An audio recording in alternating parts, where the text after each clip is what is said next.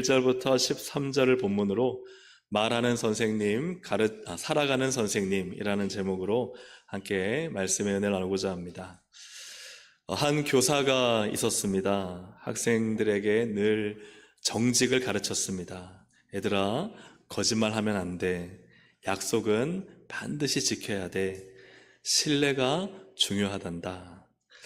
그런데 어느 날 이제 수업 시간을 끝나고 쉬는 시간이 되어서 선생님이 쉬는 시간에 전화 한 통을 받았습니다. 근데 이 전화 한 분이 참 귀찮은 분이에요. 그래서 이 선생님이 전화를 받은 다음에 저 수업 중이니까 전화할 수 없어요 하고 끊었다는 것입니다. 그때 아이들은 교사를 통해 진짜 가르침을 배웠습니다. 아, 거짓말해도 되는구나. 쉬는 시간에 충분히 전화를 받을 수 있음에도 그 순간에 선생님은 위기를 모면하기 위해서 수업 중에요, 끊어야 된다 하는 그 말 한마디에 아이들의 진짜 가르침은 말로 가르치는 것이 아니라 선생님을 통해서 삶으로 배운 가르침입니다. 교사는 우리가 말로 가르친다 생각하지만 사실은 아이들은 삶으로 배웁니다. 헬런 켈러를 왜 위대한 인물로 간주하느냐?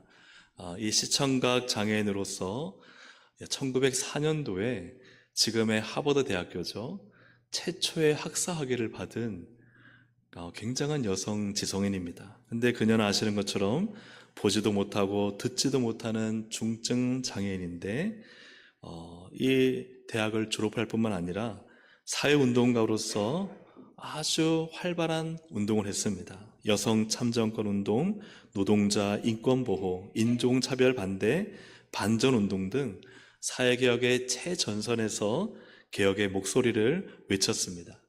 그 외에도 많은 장애인 복지를 주도하고 책도 쓰고 그리고 많은 곳에 강연을 다녔던 것이죠. 헬런 켈러는 우리가 잘 알고 있죠. 설리반 선생님을 우리가 꼭 함께 기억하게 되는데, 헬런 켈러는 자신을 잊게 해준 설리반 선생님에 대해서 이렇게 말을 합니다. 내 장님된 눈에 빛을 준 사람은 설리반 선생님입니다. 선생님의 삶이 곧 나의 교과서였습니다. 선생님의 삶이 곧 나의 교과서였다는 것이죠. 설리반 선생님은 말로 가르치는 교사가 아니라 삶으로 가르친 선생님이었습니다. 책의 글자가 교과서가 아니라 실제 교과서는 선생님의 삶이 교과서였던 것입니다. 오늘 본문 1절을 보면 이 본문 1절은 우리에게 매우 무거운 말씀을 던집니다. 우리 1절을 함께 읽어보겠습니다. 내 형제들아, 너희는 선생된 우리가 더 큰 심판을 받을 줄 알고 선생이 많이 되지 말라. 아멘. 선생이 많이 되지 말라 하는 말씀은 선생을 하지 말라는 말씀이 아닙니다. 정말 제대로 된 선생님이 되어야 한다는 의미입니다. 그렇다면 선생이 누구인가를 우리가 먼저 정의를 해야 돼요. 한번 따라 하시겠습니다. 선생은 우리 모두입니다. 우리는 교사주의라면 그렇습니다. 우리 주일학교 최전방에서 수고하시는 주일학교 선생님들을 떠올릴 것입니다. 그러나 주일학교 선생님들만이 교사가 아니라 자녀들 앞에 앞서 나가 삶으로 보여주는 부모들도 교사입니다. 선생님이죠. 어떻게 본다면 일주일에 가장 많은 시간을 자녀들과 보내고 있기 때문에 자녀들의 최고의 교사는 바로 부모입니다. 부모가 선생님이에요. 그리고 또한 우리 교회 안에서는 모든 어른 성도들입니다. 왜냐하면 우리가 하는 말, 행동, 삶으로 사실은 가르치고 있기 때문입니다.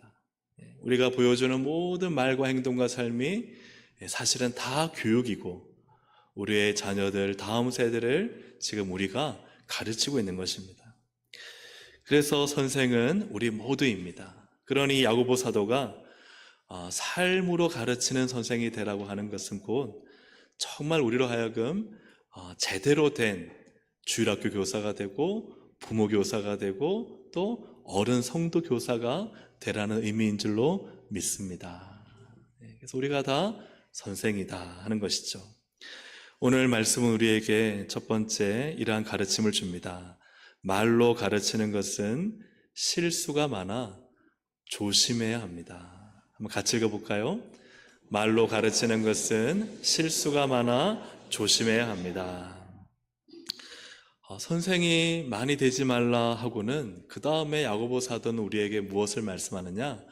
말이 얼마나 위험한가 하는 것을 이어서 말씀합니다. 2절에 보니까 우리가 다 실수가 많으니 만일 말에 실수가 없는 자라면 곧 온전한 사람이라 능히 온 몸도 굴레 씌우리라. 아멘. 사랑하는 여러분, 말에 실수가 없으시기를 주님의 이름으로 축복합니다. 늘 말할 때마다 실수했는데 또 실수하는 반복을 저지르지 않기를 바랍니다. 그래서 내가 말한 것이 실수했다면 다음에 말할 때는 주의하고 조심해야 지혜롭고 현명한 선생님이 될 수 있습니다. 그런데 이 말이 어떤 위치를 차지하는가를 보면 3절부터 5절까지 비유로서 작은 것이 큰 것 또는 전부를 움직인다라고 말씀합니다. 3절에 보면 이 작은 재갈은 말에 물리는 것인데 이 말에 작은 재갈을 물리면 이 재갈이 얼마나 말에게는 고통스럽겠어요. 그런데 그것이 이 사람의 말에 순종하게 되는 것입니다. 한번 그림을 보시면 이렇게 말에 재갈을 물리면 이걸 갖고 고삐를 그죠? 이렇게 좌로 우로 움직이는 대로 이게 말이 움직이잖아요. 그러니까 이 작은 재갈 하나가 온 이 말의 움직임을 통제한다는 것입니다. 그 다음에 4절에서는 배의 작은 키를 말씀하죠. 이 작은 키는 배의 큰 덩치에 비해서 작습니다. 그런데 이 작은 키 하나로 가고자 하는 방향을 다 통제할 수 있다는 거예요. 이 작은 것 하나가 사실은 모든 것을 통제하고 지배한다는 것이죠.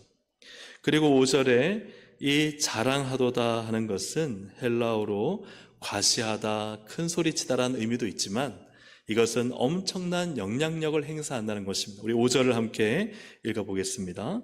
이와 같이 혀도 작은 지체로 돼 큰 것을 자랑하도다. 보라 얼마나 작은 불이 얼마나 많은 나무를 태우는가. 아멘. 혀는요 잘 보이지도 않습니다. 우리 입 닫고 있으면 혀가 나타나지도 않잖아요. 사실 말이란 게 별거 있겠어? 하지만요 이 말이 작지만 별것 아닌 것처럼 보이지만 큰 것을 자랑하도다. 크다는 거예요. 근데 이 자랑이 뭐냐? 엄청난 영향력을 행사한다는 거예요. 그래서 그것이 또 비유로서 작은 불, 우리가 큰 숲을 태우는 것은요 큰 불 내서가 아닙니다. 우리 종종 뉴스를 보면 담배 그냥 잘못 한번 던졌다가 껐다고 생각하는데 꺼졌다고 생각하는 그 불이 살아나서 온 숲을 태우는 것을 우리가 뉴스를 통해서 보지 않습니까? 이처럼 3절부터 5절까지의 내용은 우리의 말이 별것 아닌 것 같지만 이 말 한마디로 인해서 엄청난 큰 영향력이 생긴다는 거예요. 그런데 이 엄청난 큰 영향력이 6절부터 보면은 대부분 부정적인 결과를 많이 난다는 것입니다. 그래서 6절 말씀을 함께 읽어보겠습니다. 혀는 곧 불이요 불의의 세계라. 혀는 우리 지체 중에서 온 몸을 더럽히고 삶의 수레바퀴를 불사르나니 그 사르는 것이 지옥불에서 나느니라. 아멘. 이 작은 말 하나 때문에요 여러분 불이 붙는데 이것이 지옥불이라는 거예요. 그리고 온 몸을 더럽히고 삶을 불태우는 불이 될 만큼 이 말 한마디의 영향력이 얼마나 무섭고 끔찍한가 하는 것을 보여주고 있습니다. 나아가서 야고보 사도는 이 말이 누구도 길들일 수 없다라고 말합니다. 8절 말씀을 함께 읽어보겠습니다. 혀는 능히 길들일 사람이 없나니 쉬지 아니하는 악이요 죽이는 독이 가득한 것이라. 아멘. 악과 독을 뿜어내는 그러한 이것이 바로 말이다. 우리의 혀라는 것입니다. 하버드 의과대학에서 연구를 했는데요.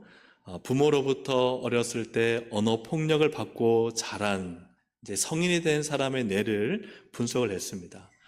그리고 분석을 해보니까 이 뇌 좌측 측두회, 여러분 왼쪽에 있는 귀 위에 있는 곳이 그쯤의 위치에 축도회가 있습니다. 이 축도회가 그렇지 않은 다른 사람들보다 약 14.1%가 부어올라 있었다는 거예요.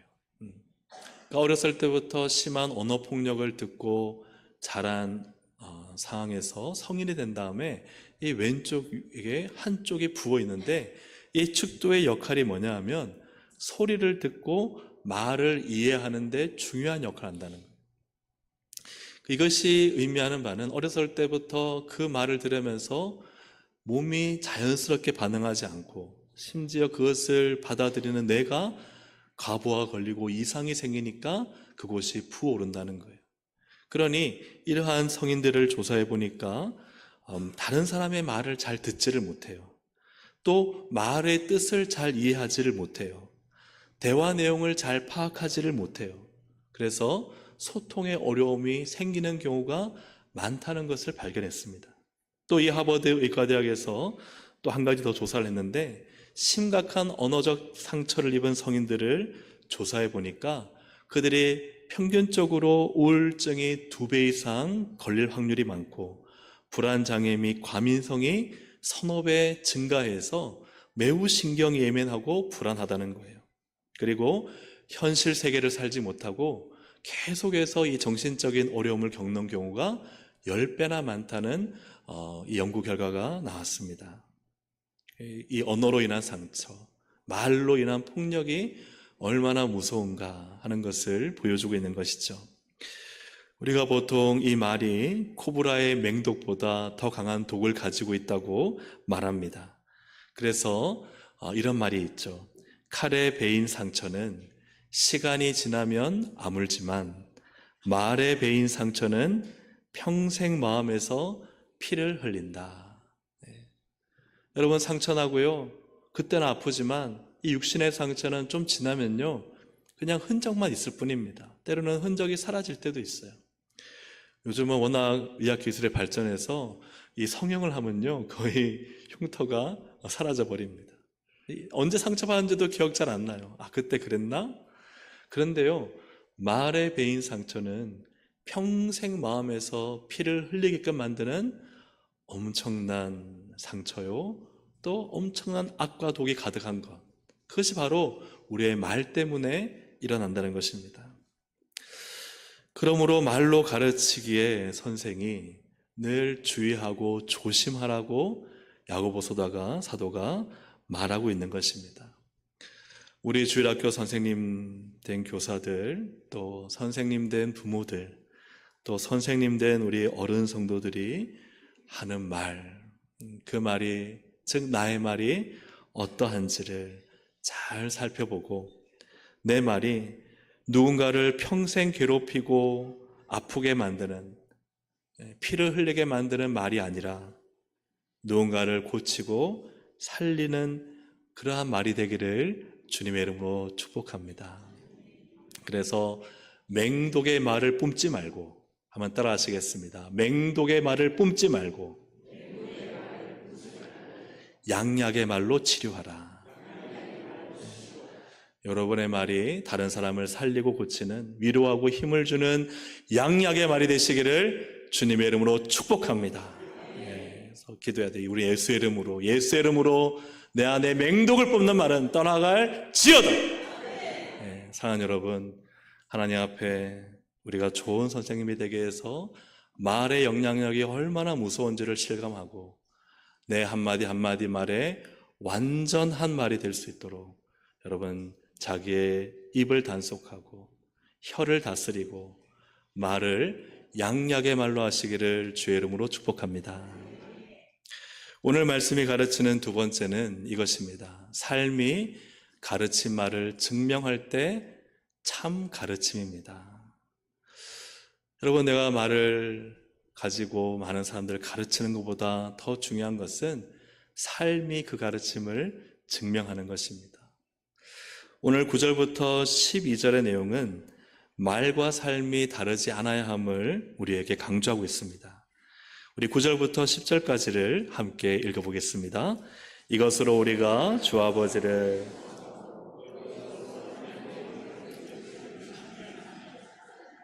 한 입에서 찬송과 저주가 나오는도다. 내 형제들아, 이것이 마땅하지 아니하니라. 아멘. 여기서 저주는 헬라어 의미로 재앙이 내리기를 비는 것입니다. 그리고 그에게 파멸과 심판이 임하기를 선언하는 것입니다. 그러니 이 저주는 단순히 누군가를 험담하거나 비난하는 차원이 아니라 그냥 그 사람에게 온갖 불행과 파멸이 임하기를 이렇게 비는 것, 이것이 저주입니다.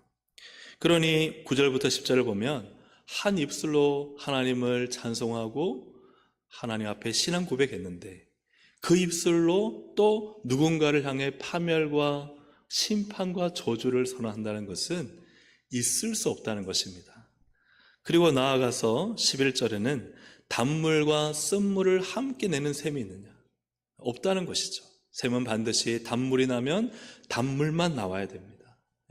쓴물을 낸다면 어떤 물만 나와야 되죠? 쓴물만 나와야 됩니다. 그리고 나아가서 12절에 보면 무화과 나무에서는 어떤 열매가 맺어져야 돼요? 무화과 열매가. 거기는 감람 열매가 맺혀질 수 없습니다. 감람 열매가 맺혀진다면 그건 무화과 나무가 아닌 것입니다. 그리고 또한 포도나무가 역시 무화과를 맺지 못하고 포도나무는 포도만 맺어야 됩니다. 그러니 이것이 하는 말은 무엇이냐? 우리의 신앙과 우리의 삶은 연결선상에 있고 통일성이 있어야 한다는 것입니다. 하나님 앞에 신앙을 고백하는 찬송이라면 또한 내 그 신앙 고백은 다른 사람을 축복하는 삶으로 나타날 때에 그 신앙과 삶은 동일한 것이고 연결되는 것입니다.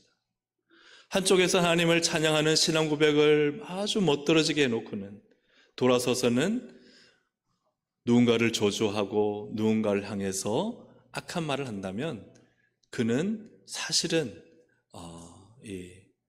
그의 신앙 고백이 잘못된 것임을 증명하고 있는 것입니다. 여러분 그렇지 않습니까? 하나님을 사랑합니다 하는 성도는요, 하나님께 예배를 드립니다. 예배를 사랑합니다. 예배를 사모합니다. 예배를 즐거워합니다. 하나님 말씀이 진리입니다 라고 신앙 고백하는 성도는요, 말씀을 타협하지 않습니다. 손해나 희생이 오더라도 말씀을 따라갑니다. 교회가 주님의 몸이다 말하는 성도는요, 머리이신 주님의 뜻에 순종합니다. 그 머리이신 주님의 뜻대로 살기 위해 기도하고 주님의 뜻을 구하고 겸손히 주님의 몸된 교회를 섬깁니다. 그러므로 내가 어떻게 살고 있느냐, 나의 삶이 사실은 나의 신앙을 증명하고 나의 말이 어떠한지를 증명하는 것입니다. 우리 13절을 함께 읽어보겠습니다.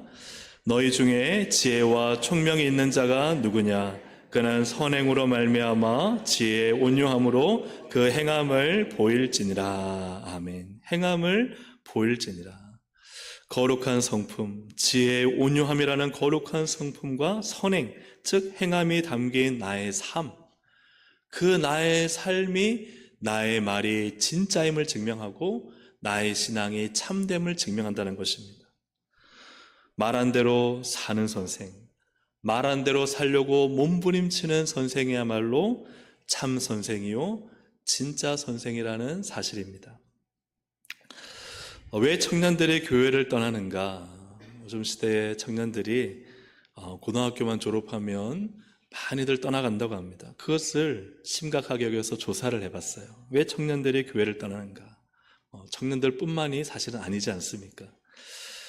조사를 해보니까 먼저 교회 안에, 아직 아닙니다. 먼저 교회 안에 기성세대가 청년에 대해 오해를 하고 있다. 아세연합신학대학원에 조사한 교수가 제 친구 교수인데요. 이름이 있더라고요. 그 교수가 또 다른 교수님과 함께 조사를 했어요. 조사를 했는데 왜 청년이 떠나는가 하고 살펴보니까 교회 안의 기성세대의 생각은 무엇인가를 살펴보니까 청년들이 믿음이 없어. 청년들이 세상을 좋아해. 청년들이 직장에서 성공하려고 이렇게 해서 교회를 떠난다고 많은 기성세대가 생각하고 있다는 거예요. 근데 이제 실제로 떠나는 청년들을 조사해 보니까 어떤 대답이 나왔을 것 같습니까? 왜 떠나는가? 청년들이 교회를 떠나는 이유를 보니까 교회 안에서 신앙의 본질을 경험하지 못해 떠납니다. 교회에서 진짜 신앙이 없어서 교회 안에 진짜 신앙을 찾지 못해서 떠납니다. 그런 청년들이 많았다는 거예요. 그것을 조금 더 연구한 것이 2021년에 기독교 교육 논총에 역시 기독 청년들이 교회를 떠나는 이유 5가지를 파악해서 실어 놓았습니다. 그 이제 띄우시면 됩니다. 왜 떠나는가? 첫째로 신앙의 본질보다 형식이 강조가 되는 거예요. 정말 하나님을 찾는 뜨거운 신앙보다는 너무 형식적이고 그죠? 그냥 겉모습만 뭔가 신앙의 본질을 찾지 못하는 거예요. 두 번째 이유는 교회 안의 위선과 이중성이다. 사실 말하는 것과 살아가는 것이 다르다는 거예요. 세 번째로는 질문과 의심을 받아주지 않는, 질문과 의심을 거부하는 교회의 폐쇄성이다. 네 번째로는 세대 간의 소통의 부족이다. 소통이 되지 않는다. 다섯 번째로는 정서적 친밀감과 공동체성의 부족이다. 그래서 교회 안에 다 인사하고 지내지만 친밀하지 못한 거예요. 그러니 이 청년들은요, 사실은 교회 자체나 신앙 자체를 부정하는 것이 아닙니다. 다시 한번 다음 장을 보여주시면, 이 교회를 떠나는 청년들이 교회 자체를, 신앙 자체를 부정하는 것이 아닙니다. 오히려 더 교회다운 교회를 찾기 위해 떠나는 거예요. 그래서 우리가 많이 오해하는 게, 떠나면 믿음이 없다 생각하는데 그럴 수도 있겠죠. 그러나 아닐 수도 있다는 거예요. 오히려 진짜 교회를 찾기 위해서, 진짜 교회다운 교회, 정말 뜨겁게 예배하고 하나님을 찬양하고 감동의 눈물이 흐르는 교회, 말씀이 살아있고 그 말씀대로 살아가는 사람들이 모여서 말씀 안에 진짜 교제를 나누고 진짜 친밀하고 내 걸 다 내어줄 수 있는 그런 교회 공동체를 찾고자 하는 그러한 청년들이 사실은 정들었던 그 교회를 떠난다는 거예요. 제가 교회를 떠나는 청년들을 막 이렇게 합리화하고 정당화하는 게 아닙니다. 너무 안타까운 현실을 말씀을 드리는 것이고, 그래서 제가 한 가지 더 붙인 것은 이것입니다. 하지만 바라기는 비록 그런 교회의 모습이 있다 할지라도 교회 안에서 교회를 세워가는 청년들이 되면 좋겠다.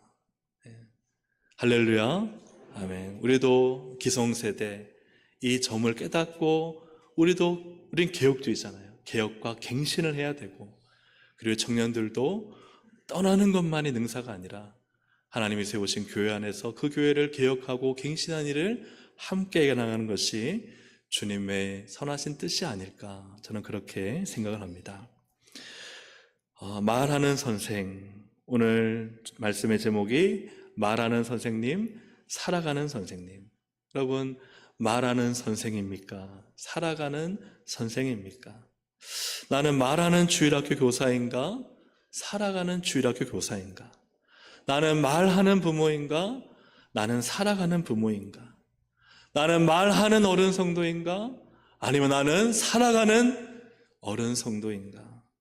오늘 나의 말이 삶으로 증명되고 또 그 삶을 통해 가르침이 진짜 가르침이 될 수 있도록 우리 모든 교사된 우리가 그렇게 말하지만 그러나 정말 그 말한 대로 살아가는 우리 성도들이 되시기를, 모든 선생님들 되시기를 주님의 이름으로 축복합니다.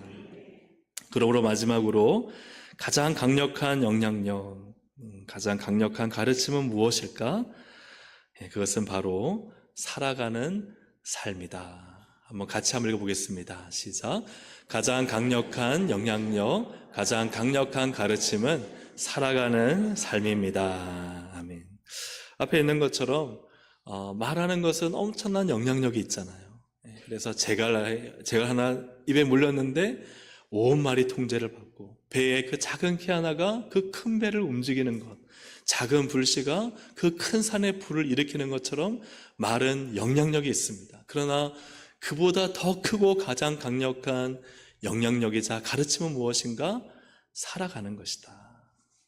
사랑하는 여러분, 하나님 말씀을 살아가시기를 주님의 이름으로 축복합니다.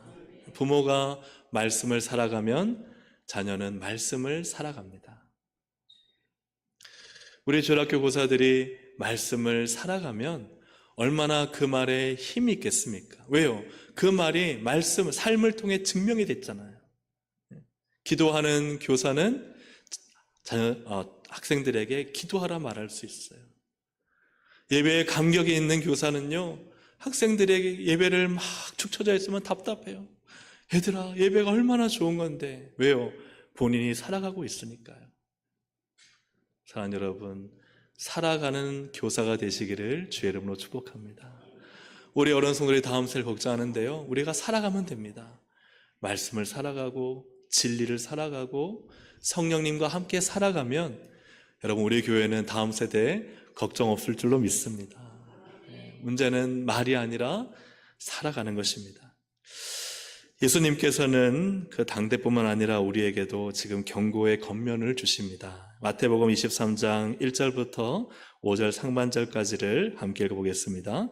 이에 예수께서 무리와 제 아들에게 말씀하여 이르시되 서기관들과 그들이 말하는 바는 행하고 지키되 그들이 하는 행위는 본받지 말라. 그들은 말만 하고 행하지 아니하며 또 무거운 짐을 묶어 사람의 어깨에 지우되 자기는 이것을 한 손가락으로도 움직이려 하지 아니하며 그들의 모든 행위를 사람에게 보이고자 하나니. 아멘. 모세의 자리에 앉아있는 이 당시의 선생들인 바리새인과 서기관들을 보면 그들은 말만 하고 행하지 않는다. 사랑하는 여러분, 우리가 말한다면 행해야 할 줄로 믿습니다. 사실 내가 말한 대로 살아가는 사람, 살아가는 분들 있으면 한번 손을 들어보시길 바랍니다. 저도 못 듭니다. 그죠? 아무도 들 수 없어요. 그러나 손을 들 수 있는 것이 한 가지가 있어요. 나는 말한 대로 살아가려고 몸부림치고 있습니다. 할 때는요, 손 들 수 있습니다. 사랑하는 여러분, 우리가 말한 대로 살아가도록 몸부림치고 또 그렇게 살지 못하는 내 모습 보면서 하나님 앞에 회개하고 도움을 요청하고 그 몸부림치는 모습만 보더라도 그 부모의 모습만 보더라도 자녀들은 변화될 줄로 믿습니다. 그 주일학교 선생님의 모습만 보더라도 정말 저분의 신앙이 진짜라는 것이 확인된다면 아이들은 믿음으로 자랄 것입니다. 우리 어린 성도들의 진짜 신앙이 제대로 드러난다면, 그것이 정말로 진짜로 삶으로 드러난다면 다음 세대는 다 그 모습 보고 믿음의 세대가 될 것입니다. 예수님께서는 말씀하신 대로 사셨습니다. 그래서 제 아들의 발을 주님이 씻어주셨습니다. 선생님이자 주이신 주님이 먼지나고 더러운 종들이 씻는 그 일을 주님이 직접 해주셨습니다. 그리고 주님이 먼저 자신을 우리에게 주셨습니다. 십자가에 못 박혀 죽으심으로 말미암아 먼저 자신을 우리에게 주심으로 주님은 이 땅에 오셔서 많은 말씀을 하셨지만 그 말씀을 다 살아내시는 완전하시고 참되신 선생님으로 우리의 본이 되신 줄로 믿습니다. 사랑하는 여러분, 오늘 우리 교사주일을 맞이해서 여러분 안에 어떤 결단이 있습니까? 오늘 내가 삶으로 살아야 될 것은 무엇입니까? 그냥 내가 옳다고 생각하고 맞다고 생각하는 것을 말로는 가르칠 수 있지만, 자녀들에게, 학생들에게, 주위 사람들에게 말로는 가르칠 수 있지만 정말 나는 그것을 살아내고 있습니까? 오늘 내가 말씀 앞에서, 하나님 앞에서 살아내야 할 것이 무엇인지를 여러분 한번 생각해 보시길 바랍니다. 하나님 앞에 결심하고 내 신앙이 말로 그치지 않고 이렇게 살아내리라. 내가 가정에서 늘 말로만 가르치지 않고 살아내는 부모가 되리라. 살아내는 신앙인이 되리라. 사랑하는 살아내는 직분자가 되리라. 여러분, 신앙은 삶입니다. 삶과 행동이 없는 신앙은 진짜가 아닙니다. 사랑하는 여러분, 적어도 삶으로 살고자 몸부림치고 삶으로 살고자 애쓰는 교사로, 부모로, 어른으로 보여진다면 우리는 제대로 된 길을 걸어가고 있는 것이고, 우리의 다음 세대에게도 부족하지만 떳떳하고 주님의 길을 걸어가는 자인 줄로 믿습니다. 그렇게 살아가는 우리 모든 선생님 된 우리 모든 성도님들 되시기를, 특별히 우리 주일학교 선생님들 되시기를 주님의 이름으로 축복합니다. 아멘. 우리 함께 이 시간 찬양 드릴 때 주께 힘을 얻고 그 마음에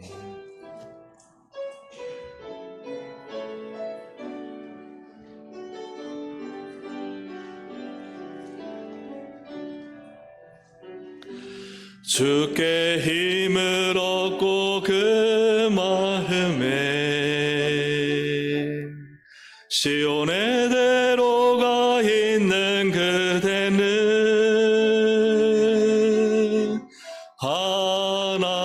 하나님의 축복의 사람이죠. 주님 그대를 너무 기뻐하시죠. 주의 집에 거하기를, 주의 집에 거하기를 사모하고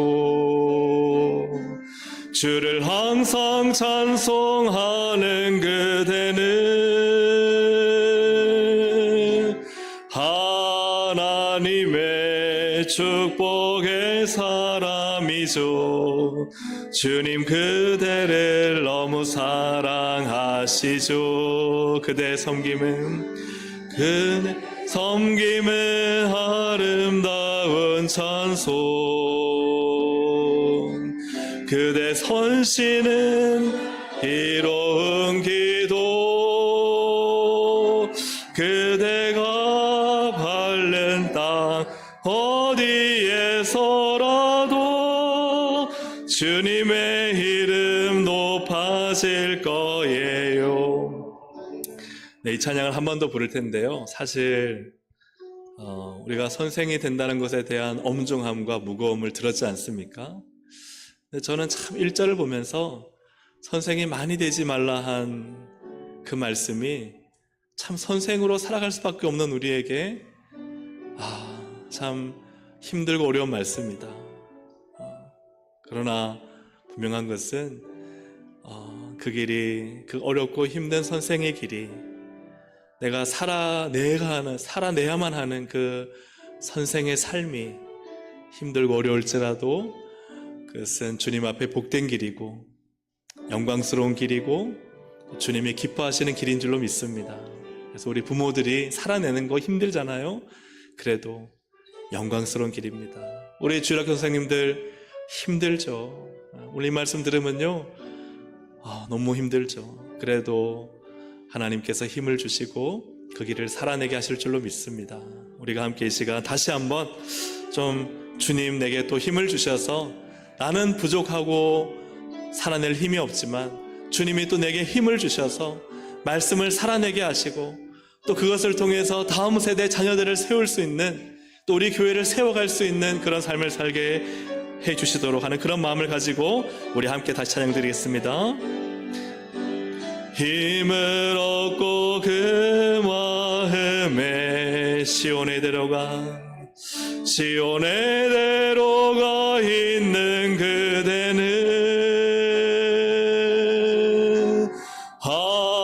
하나님의 축복의 사람이죠.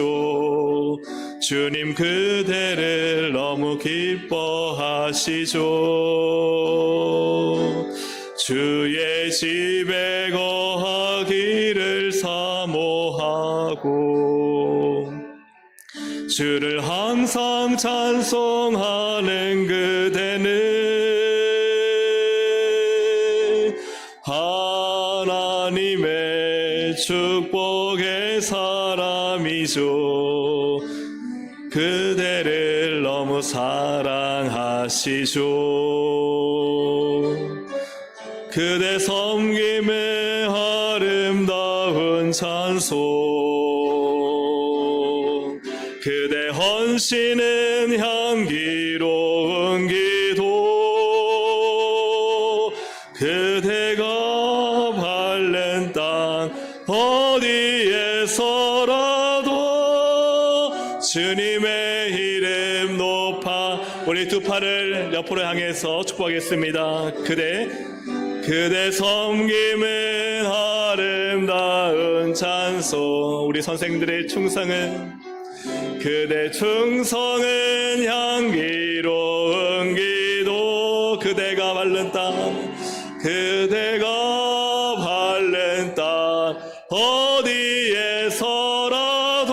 어디에서라도 주님의 이름 높아질 거예요. 네, 우리 옆에 있는 분들 한번 이렇게 축복하시면 좋겠습니다. 선생으로 사신다고 고생 많으십니다. 네.